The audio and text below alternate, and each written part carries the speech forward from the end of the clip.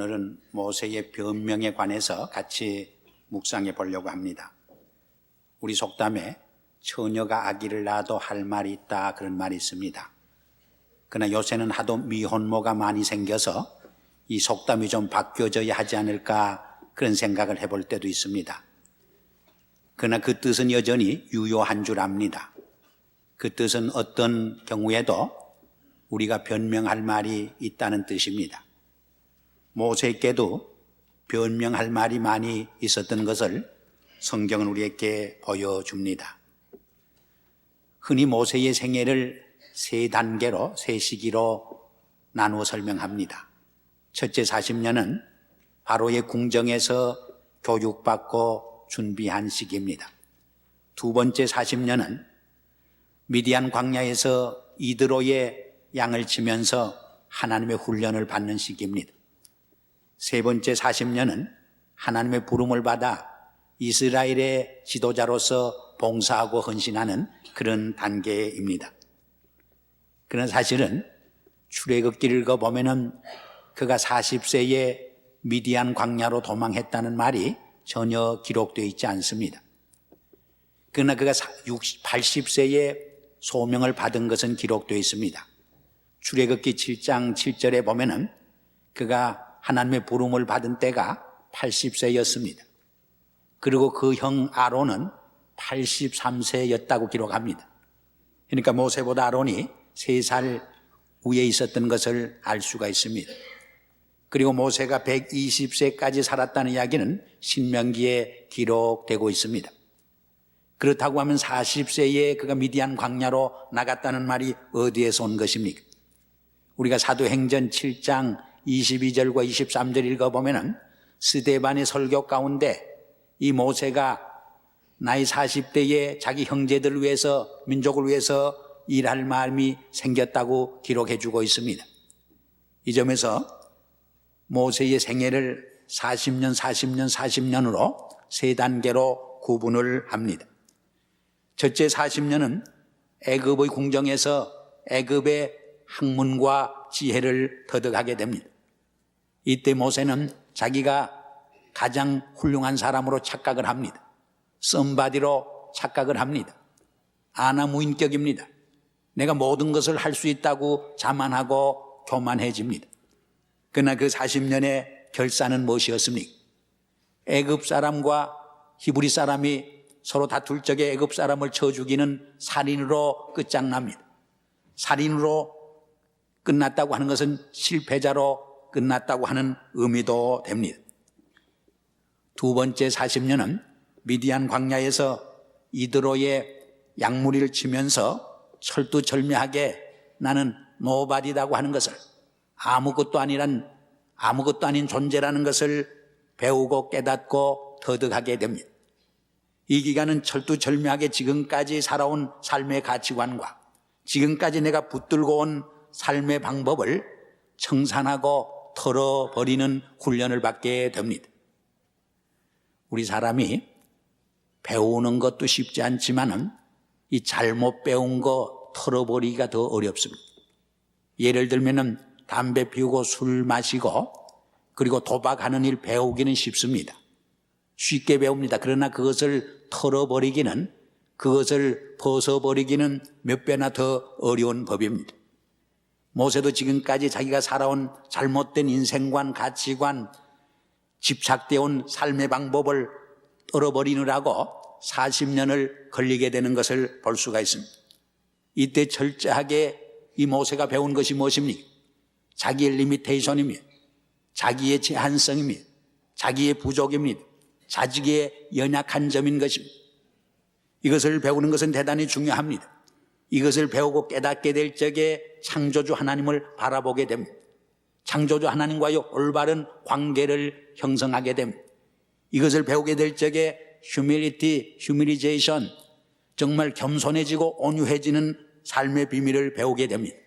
우리가 낮아지고 겸손할 적에 또한 하나님을 바로 섬기고 이웃을 바로 섬길 수 있게 되는 것입니다. 민수기 12장 3절에 보면은 모세 온유함이 온 지면에 승했다 했습니다. 우리 베드로전서 5장 5절에 보면은 겸손으로 허리를 동이라 사도 베드로가 말합니다. 하나님께서는 교만한 자를 물리치시고 겸손한 자에게 은혜를 주시기를 기뻐하신다고 했습니다. 잠언 3장 34절에도 진실로 하나님은 거만한 자를 비웃으시며 겸손한 자에게 은혜 베푸신다고 말씀하고 있습니다. 우리의 삶에 있어서 이 온유와 겸손을 배우는 것이 얼마나 힘든지 알 수 없습니다. 우리가 예수님의 생애도 살펴보면은 40주야를 금식한 후에 3가지 시험을 받았습니다. 근데 그 3가지 시험은 그 순간에만 받은 것이 아닙니다.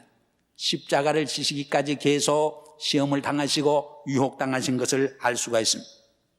어떻게 십자가를 지시지 아니하고 인간적인 방법으로, 세상적인 방법으로 인류를 구원하고 메시아가 될 수 없을까 하는 생각을 했던 것입니다.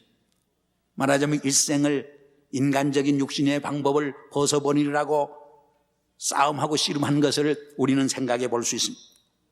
모세는 이 40년 동안에 자기의 방법을 털어버리고 하나님의 방법으로 훈련 쌓는 기간을 가지게 됩니다. 이 기간 동안 놀라운 모세의 삶 속에 내면적인 삶의 변화가 일어나는 것을 우리는 찾아볼 수가 있습니다. 하나님은 훈련받은 연단받은 일꾼을 기뻐하십니다. 이 훈련되지 아니하고 준비되지 않은 일꾼을 쓸 적에 하나님을 위해서도 손해고 자기 자신을 위해서도 얼마나 큰 손해가 되는지 알 수 없습니다. 그리고 3번째 단계는 마지막 40년의 단계로서 하나님의 부름을 받아서 이스라엘의 민족 지도자로서 애굽에서 종살이하는 이스라엘 백성을 출애굽시키는, 해방시키는 그런 일을 하게 됩니다. 우리가 출애굽기 3장과 4장을 읽어보면 이러한 하나님의 부름을 받았을 적에 모세가 얼른 대답을 못합니다. 여러 가지 변명을 합니다. 그 짐을 지지 않으려고 몹시 몸부림치는 것을 우리는 볼 수가 있습니다. 오늘 이 점에서 모세의 변명을 저희들이 생각해 보면서 오늘 이 모세의 변명을 통해서 우리에게 주는 교훈이 무엇인가를 몇 가지로 묵상해 보려고 합니다. 먼저 우리 출애굽기 3장 11절을 같이 읽었으면 좋겠습니다. 첫째 변명입니다. 출애굽기 3장 11절 성경을 좀 펴놓으시길 바랍니다. 같이 읽겠습니다. 모세가 하나님께 고하되 내가 누구간데 바로에게 가며 이스라엘 자손을 애굽에서 인도하여 내리까 이렇게 말씀합니다. 어떤 의미에서 모세는 바로에 대해서는 배신자입니다. 또 살인자입니다. 또 어떤 의미에서 실패자입니다. 이러한 주제에 내가 어떻게 바로 임금님 앞에 가서 서고 또 이스라엘 백성 앞에 가서 설 수 있겠느냐 하는 그런 변명입니다. 우리가 하나님을 섬길 적에, 주님을 섬길 적에 하나님만 바라보고 주님만 의지해야 하는데 자칫하면 사람을 바라보기 싫습니다. 인간을 의식하기 싫습니다. 또 자기의 체면이나 자기의 이해관계나 자기 명예를 바라보기 쉽습니다. 그때 우리는 2가지 잘못을 저질기 쉽습니다. 2가지 죄를 범하기 쉽습니다. 자기를 바라볼 적에 자칫하면 자기 교만에 빠지기 쉽습니다. 내가 잘나서 지도자가 되고 내가 훌륭해서 일꾼으로 뽑힌 줄 착각을 하게 됩니다. 2번째로는 자기 열등의식에 빠지기 쉽습니다. 모세가 빠진 것이 바로 자기 열등의식에 빠진 점이라고 말할 수가 있습니다.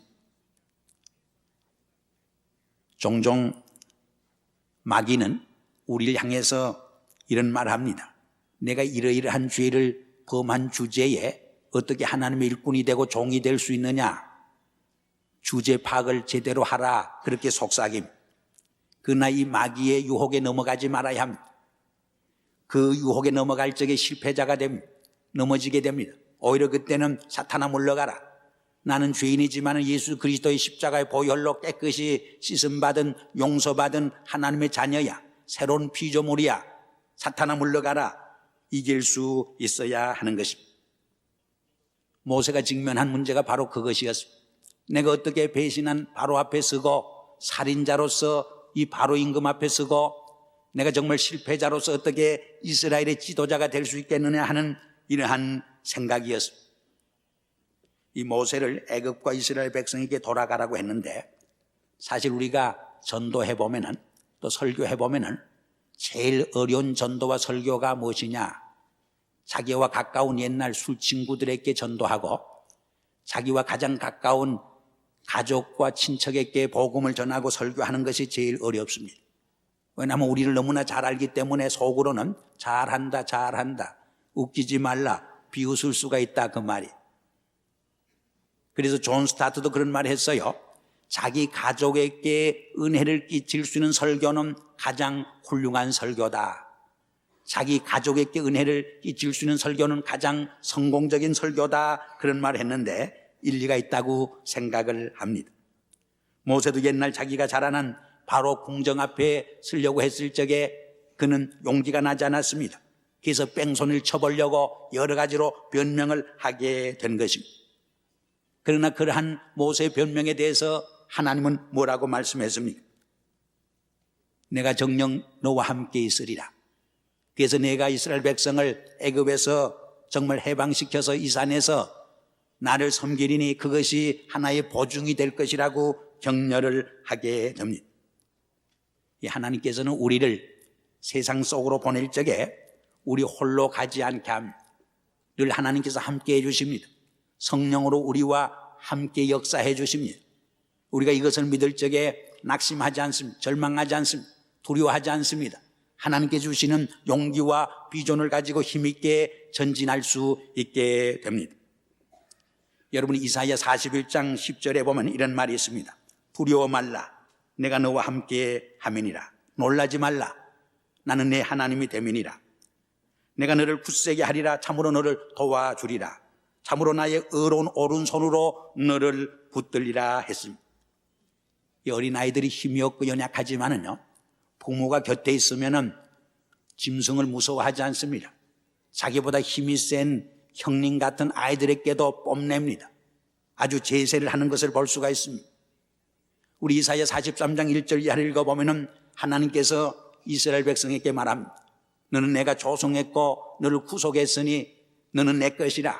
내가 물속에 들어갈 때나 불 가운데 지나갈 때에 너와 함께해서 너를 지켜주리라. 두려워하지 말라고 격려하는 말씀을 읽을 수가 있습니다.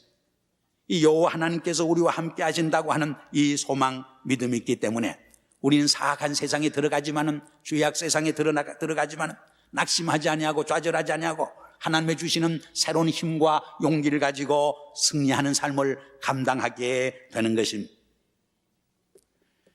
두 번째 모세의 변명이 있습니다. 그렇게 말씀하지만 모세는 여전히 변명합니다. 3장 13절 말씀을 같이 읽겠습니다. 모세가 하나님께 고하되 내가 이스라엘 자손에게 가서 이르기를 너희 조상의 하나님이 나를 너희에게 보내셨다 하면 그들이 내게 묻기를 그의 이름이 무엇이냐 하리니 내가 무엇이라 그들에게 말하니까. 이 말은 사람들이 너를 보낸 하나님이 누구냐 하는 질문을 할 텐데 내가 하나님이 어떤 분이라고 신학적으로 대답하고 설명할 지식이 없다 하는 고백입니다. 많은 사람들이 교회 일을 하고 봉사할 때 그런 구실과 핑계를 댑니다. 저는 신앙이 부족합니다. 성경에 대해서 아는 것이 없습니다. 물론 우리가 하나님을 바로 알고 또 성경에 대해서 깊은 지식을 갖는 것이 좋습니다. 그러나 하나님에 관해서 모든 것을 다 알고 깊은 신학적 지식을 가진 후에 주님을 섬기고 주님을 믿고 주님의 일을 하겠다고 하면은 죽을 때까지 봉사하지 못하고 믿지 못하게 되는 것입니다. 그래서 하나님은 이렇게 변명하는 모세에게 나는 스스로 있는 자라. I am that I am. 나는 스스로 있는 자라. 말하자면 우주 만물을 창조하신 창조주요, 우주 만물을 생성시킨 그 근원이 되시는 분이라고 설명을 해 줍니다. 바로 이러한 천지 만물을 창조한 스스로 존재하는 I am that I am, 그 하나님이 나타나서 말씀했다고 이야기하라고 말합니다. 또 그 하나님은 아브라함의 하나님이요 이삭의 하나님이요 야곱의 하나님으로서 그들을 친히 만나주시고 그들을 인도해 주시고 그들을 축복해 주신 인격적인 하나님이라고 하는 것을 그들에게 설명하게 합니다. 그 하나님이 나타나서 애굽에서 종살이하는 이스라엘 백성을 해방시켜서 적과 꿀이 흐르는 가나안 땅으로 인도하기 위해서 너를 보냈다고 말씀하라고 명령합니다.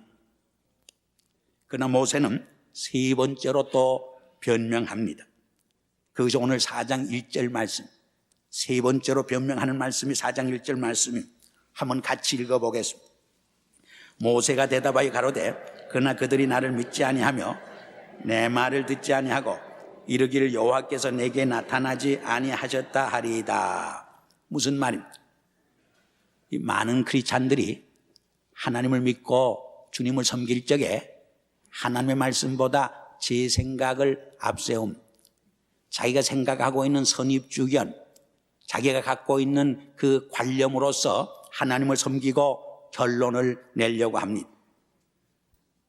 오늘 우리가 예수를 믿고 하나님을 섬길 적에 내 선입주견으로 믿고 주님을 섬기려고 하기 때문에 스스로 고생하고 잘못된 길로 빠져들 때가 많이, 하나님을 내 머릿속에서 만들어낸, 내 머릿속에서 만들어낸 하나님을 섬기고 믿을 적에 그 여호와 하나님은, 그 머릿속에서 내가 만들어낸 그 하나님은 나를 구원하고 도와주고 축복할 수 없는 무능한 하나님이 되어지는 것입니다. 그러므로 주님을 따르고 섬길 적에 내 선입주견이나 고정관념을 버리고 하나님의 말씀에 순종하는 것이 얼마나 중요한지 모릅니다. 이렇게 변명할 때 여호와 하나님은 모세에게 무슨 말을 한지 아십니까? 내 손에 있는 것이 무엇이냐 물었습니다. 모세는 지팡이가 있다고 말합니다. 그 지팡이를 던지라고 말합니다. 그때 뱀이 되었습니다. 그 꼬리를 잡으라고 말합니다. 이 뱀을 잡을 때는 머리부터 잡아야 안전하다고 합니다. 꼬리부터 잡으면 물릴 위험성이 있다고 합니다. 그런데 하나님께서 모세에게 꼬리를 잡으라고 하는 것은 그의 순종을 테스트한 것이라 그렇게 해석하는 분도 있습니다. 모세가 꼬리를 잡았을 적에 다시 지팡이가 되었습니다. 이것은 무엇을 의미하는 것입니까? 뱀은 사탄을 말합니다. 악의 세력을 말합니다. 악의 세력인 애굽을 징벌할 것을 하나님께서 모세에게 말해 준 것입니다. 다시 내 손을 품속에 넣으라고 말합니다. 품속에 넣었다 빼니까 문둥병 손이 되었습니다.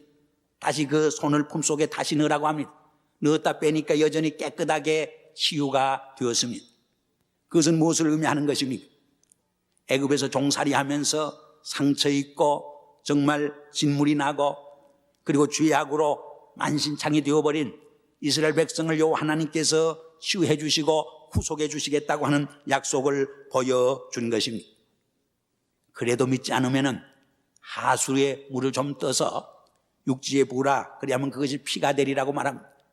이것은 그 후에 하나님께서 바로를 쳐서 바로의 군병들이 다 강에서 죽게 될 것을 상징하는 그러한 기적이었습니다. 오늘 이 시간 우리에게도 우리 손에, 너희 손에 든 것이 무엇이냐고 묻습니다. 그것이 적은 시간일 수가 있습니다. 그것이 적은 재물일 수가 있습니다. 그것이 나의 적은 탤런트요 은사일 수가 있습니다. 그것이 우리의 경험일 수가 있습니다. 심지어는 그것이 실패에 쓴 경험일 수도 있습니다. 그러나 그것을 주님께 바칠 적에, 드릴 적에 그것을 통해서 하나님은 위대한 기적을 창출해 가시는 것을 우리는 알고 있습니다. 한 소년이 오병이어를 가지고 있었습니다. 그것을 주님께 바쳤을 적에 주님께서는 그것을 위하여 축복 기도를 드린 후 나누어 줬을 적에 5,000명을 먹이고도 12강조리가 남는 큰 기적을 행하셨습니다. 이 여호와의 능력을 믿을 적에 우리가 두려워할 것이 없습니다. 이 여호와의 능력의 손이 우리와 함께 할 적에 우리는 무서워할 것이 없다고 하는 말입니다. 사실 인간의 노력은 제한되어 있습니다. 아무리 농부들이 수고해도 하나님께서 비를 주지 않으니까 가뭄으로 1년의 농사가 다 헛수고로 수포로 돌아갑니다. 다행히 한국의 가뭄 속에서 비를 주셔서 얼마나 감사하게 생각하는지 모릅니다.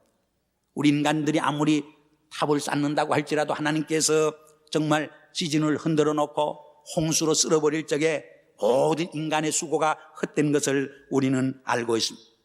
여호와 하나님께서 집을 지켜주시지 않을 적에 집 짓는 자의 수고가 헛되고 여호와께서 함께 해주시지 않을 적에 파수꾼의 경성함이 헛되고 우리가 일찍 일어나고 늦게 누워 수고하는 떡이 다 헛된 것을 우리는 고백하지 않을 수가 없습니다. 오늘 본문에도 모세를 향하여서 그가 변명할 적에 누가 사람의 입을 만들었느냐 반문합니다. 오늘 이 네 번째 변명은 우리에게 큰 교훈을 줍니다. 어떤 모임에 가보면은 혼자 떠들고 말하는 분이 있어요. 그런데 기도하라, 전도하라면 입이 딱 얼어붙는 분들이 많이 있어요. 그러나 더 중요한 것은 청산유수처럼 기도하는 것보다 서툰 말이지만은 우리 마음에 진실된 그 표현, 우리 마음 깊은 곳에서 흘러나오는 그 한마디를 주님은 하나님은 더 기뻐하신다는 것을 우리는 기억해야 합니다. 제가 이디오피아에 있을 때에 들은 이야기입니다. 어떤 서양 선교사께서 그 나라 말을 겨우 배워서 설교를 하게 되었습니다.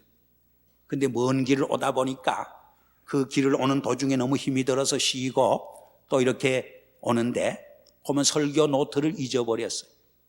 그래서 강단에 올라가서 얼마나 답답한지 그저 눈물을 흘리면서 하나님 아버지 이 죄인을 용서해 주시옵소서, 이 부족한 것을 정말 용서해 주시옵소서 그렇게 기도한 후에 서툰 말로 몇 마디 하고 너무 답답하니까 눈물을 줄줄 흘렸더니 그 교인들이 그 교회에서 그 교회가 시작된 이후에 제일 큰 은혜를 받았다 그렇게 말했다는 이야기. 저도 하도 답답할 때는 가슴을 치면서 실컷 울다가 내려갔으면 좋겠다 그런 생각을 해볼 때도 있습니다. 사실 많은 말보다 무언이 침묵이 위로를 줄 때가 얼마나 많습니다. 어떤 슬픔을 당한 가정을 찾아가서 많은 말을 하노라고 오히려 상처를 줄 때가 얼마나 많습니다. 묻지도 않은 말을 자꾸 하다 보면은 오히려 이웃과의 불화의 관계를 조성시켜 놓을 때가 얼마나 많습니다. 오히려 오해를 만들 뿐만 아니라 인간관계를 해칠 때가 얼마나 많습니다. 그는 그저 한마디 말을 하지 못한다고 할지라도 확 부둥켜 안고 허경을 하면서 눈물을 같이 울어줄 적에 그저 할 말이 없습니다 하고 말할 적에 오히려 그에게 얼마나 큰 위로가 됩니다. 나의 아픔과 상처가 깨끗이 치유되는 그런 경험을 할 때가 얼마나 많이 있습니다. 이사야 50장 4절에 보면 이런 말이 있습니다. 주 여호와께서 학자의 혀를 내게 주사 나로 혼핍한 자를 말로 어떻게 도와줄 줄을 알게 하시고 아침마다 깨우치시되 나의 길을 깨우치사 학자같이 알아듣게 하시는도다. 얼마나 귀한 기도입니까? 많은 말보다 바로 들을 수 있는 귀가 더 축복된 것입니다. 어린아이의 철없는 말씀 속에서도 오히려 하나님의 세미한 말씀을 음성을 들을 수 있는 귀는 오히려 복되다고 하는 말인 것입니다. 하나님이 이렇게 변명하는 모세에게 이번에는 말 잘하는 형 모세를 함께 보내주십니다. 그리하여 모세와 함께 팀워크를 하게 하는 것을 볼 수가 있습니다. 하나님의 일은 나 혼자 할 수 없습니다. 나 혼자 하려고 할 적에 오히려 하나님의 일을 망가뜨립니다. 하나님의 일은 함께 해야 합니다. 팀워크를 이루어야 합니다. 동력하고 동사해야 합니다. 마치 운동게임에서 아무리 독불장군이라도 개인 플레이를 할 적에 그 게임이 패배를 합니다. 그러나 부족하지만은 서로 협력할 적에 좋은 팀워크를 이룰 적에 승리하게 되는 것을 볼 수가 있습니다. 그러나 더 중요한 것은 우리가 다른 사람과 팀워크를 이루고 협력하는 것도 중요하지만 하나님과 동력할 줄 알아야 합니다. 우리 주님을 호치로 모시고 서로 그리스도의 사랑 안에서 한마음 한뜻을 이루고 협력할 적에 위대한 찬양이 울려 퍼지게 됩니다. 위대한 하나님의 오케스트라가 연주될 수 있는 것입니다. 오늘 모세의 변명을 통해서 주시는 하나님의 세미한 음성을 함께 듣고 이 성전을 떠나가는 여러분들이 되기를 주의 이름으로 축원합니다. 기도하겠습니다. 아버지 하나님, 모세는 부름을 받았을 적에 여러 가지로 변명했습니다. 모세의 변명 속에서 우리들 자신의 모습을 들여다보게 됩니다. 아버지, 모세의 변명을 통해서 응답하시는 하나님의 음성 속에서 우리를 향한 하나님의 음성을 듣게 하여 주시고 이 어려운 세상을 향하여 다시 한 번 힘차게 나아갈 수 있는 은혜와 축복을 더하여 주시옵소서. 예수 그리스도 이름으로 감사하며 기도드리옵나이다.